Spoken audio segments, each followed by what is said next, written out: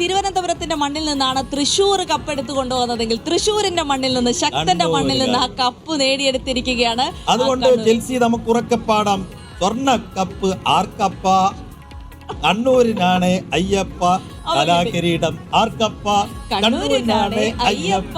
അടിപൊളിയുണ്ട്. അപ്പൊ സന്തോഷമാണ്. എല്ലായിടത്തും കണ്ണൂരിന്റെ ആഘോഷ പ്രകടനങ്ങൾ, വിജയപേരികളൊക്കെ തുടങ്ങി കഴിഞ്ഞിട്ടുണ്ട്. ഇനിയൊരു അവസാന നിമിഷത്തിൽ ചില പരിപാടികളിൽ കൂടെ വരാനുണ്ട്. സമാപന സമ്മേളനം ഇന്ന് നടക്കുകയാണ്. 4 മണിക്ക് പ്രധാനപ്പെട്ട ആകർഷണം ലാലേട്ടൻ. വൈകിട്ട് എന്താ പരിപാടി എന്ന് ചോദിച്ചാൽ ലാലേട്ടൻ വരുന്നു എന്നുള്ളത് തന്നെയാണ് മെയിൻ. തീർച്ചയായിട്ടും. അപ്പൊ ലാലേട്ടനെ കാണാൻ വേണ്ടിയിട്ട് ഒരു ജനസാഗരം ഇങ്ങോട്ട് വരുന്നുണ്ട്. അപ്പൊ സമാപന സമ്മേളനത്തിനുള്ള എല്ലാ ഒരുക്കങ്ങളും പൂർത്തിയായിട്ടുണ്ട്. അപ്പൊ നമുക്ക് പ്രധാന വേദി സൂര്യകാന്തിയിലേക്ക് ഒന്ന് പോകാം. യെസ്, അവിടെ ആയിഷ ബാനു ഉണ്ട്.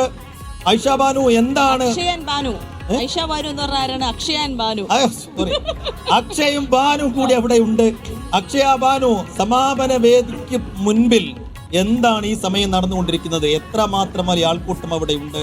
ലാലേട്ടനെ കാത്തിരിപ്പാണ് തൃശ്ശൂരും നഗരവും ജനങ്ങളും ഒക്കെ. അപ്പോ എന്താണ് സമാപന വേദിയുടെ മുന്നിൽ നിന്ന് നൽകാൻ കഴിഞ്ഞ ഏറ്റവും പുതിയ വിവരങ്ങൾ?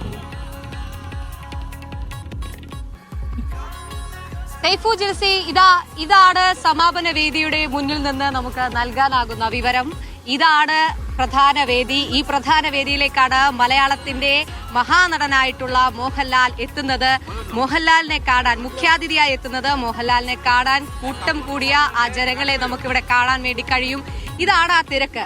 പ്രധാന കവാടത്തിലേക്ക് തിങ്ങി നിറഞ്ഞ് ആൾക്കാർ അങ്ങനെ കയറിക്കൊണ്ടിരിക്കുകയാണ്. ഒരു സാഗരമാണ് ഇവിടെ കണ്ടുകൊണ്ടിരിക്കുന്നത്. അതിലൊരു സംശയവുമില്ല. സമാപന സമ്മേളനം 3 മണിക്കാണ് കൃത്യമായിട്ട് ആരംഭിക്കുന്നത്. നേതാക്കളൊന്നും അപ്പോൾ എത്തില്ല. ആ സമയത്ത് കുട്ടികളുടെ കുരുന്നുകളുടെ ചില കലാപ്രകടനങ്ങൾ നടക്കുമെന്നാണ് മന്ത്രി വി ശിവൻകുട്ടി നേരത്തെ മാധ്യമങ്ങളോട് സംസാരിച്ചപ്പോൾ പറഞ്ഞത്. അതിനുശേഷം കൃത്യം 4 മണിയോടെ തന്നെ സമാപന സമ്മേളനം ആരംഭിക്കും. പ്രതിപക്ഷ നേതാവ് വി ഡി സതീശനായിരിക്കും സമാപന സമ്മേളനം ഉദ്ഘാടനം ചെയ്യുക. അതിനുശേഷം മുഖ്യാതിഥിയായി നമ്മുടെ സ്വന്തം ലാലേട്ടൻ നമ്മുടെ ഈ കലോത്സവ വേദിയിൽ, അതായത് 64ാമത് കലോത്സവ വേദിയിൽ, സംസ്ഥാന സ്കൂൾ കലോത്സവ വേദിയിൽ വരും എന്നുള്ളതാണ് ഏറ്റവും സന്തോഷകരമായിട്ടുള്ളൊരു വസ്തുത എന്ന് പറയുന്നത്. നേരത്തെ സെയ്ഫും ജിൽസിയും പാടിയ ഒരു പാട്ടില്ലേ, അതിൽ ഞങ്ങൾ വേറൊരു വേർഷൻ ഉണ്ടാക്കിയിട്ടുണ്ട്. ഞങ്ങളുടെ വേർഷനും കൂടെ ഒന്ന് കേൾക്കേണ്ടതായിട്ടുണ്ട്. പാടാ.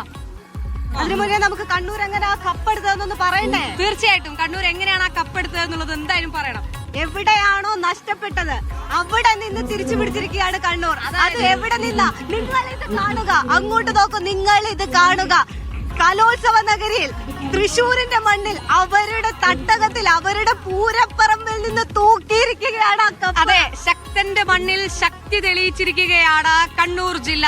കഴിഞ്ഞ തവണ നഷ്ടപ്പെട്ടു പോയ ആ കപ്പ് തിരിച്ചു പിടിക്കാൻ അവർ നടത്തിയ കഠിനാധ്വാനം, അവർ നടത്തിയ പരിശ്രമം, ആ കൂട്ടായി നടത്തിയ പരിശ്രമത്തിന്റെ വിജയം, അതിന്റെ പരിസമാപ്തിയാണ് ഇന്ന് ഇവിടെ ഈ വേദിയിൽ നമ്മൾ കണ്ടുകൊണ്ടിരിക്കുന്നത്.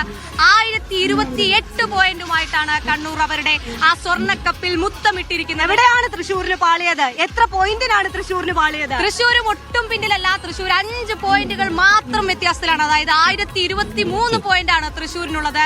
തൃശ്ശൂരിന് എവിടെ പാളിയത് ചോദിച്ചു കഴിഞ്ഞാൽ നമുക്കതിനൊരു ഉത്തരമില്ല. എന്തായാലും 26 അക്ഷയുടെ നാട് മലപ്പുറം ഇതിന്റെ ലിസ്റ്റൊന്നും ഞാൻ കണ്ടില്ല. സൈഫിന്റെ നാടും കണ്ടില്ല. എന്തായാലും നമ്മൾ ജയിച്ചവരുടെ കൂടെ നിൽക്കുക എന്നുള്ളതാണ്. കണ്ണൂരുകാരായി നമ്മൾ കണ്ണൂരെടുക്കാൻ. നമ്മളിപ്പോ കണ്ണൂരാണ്. നേരത്തെ തൃശ്ശൂർ 1ാം സ്ഥാനത്തേക്ക് കയറി വരുന്നു തോന്നിയപ്പോ ജിൽസി തൃശ്ശൂരായിരുന്നു. ഇപ്പൊ കണ്ണൂർ കൂടെ നമ്മൾ ജയിക്കുന്ന ആളുകൾ അവരെ പ്രോത്സാഹിപ്പിച്ച് അവരെ കൂടെ നിൽക്കും.